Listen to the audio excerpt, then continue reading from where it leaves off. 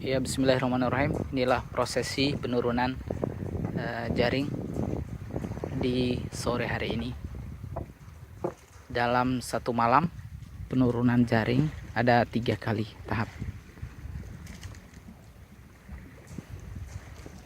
Kami berada di atas kapal Bagang Bintang Timur milik teman saya, satu alma mater di Lipia, Jakarta. Juragan dari Bugis. Inilah juragan kita.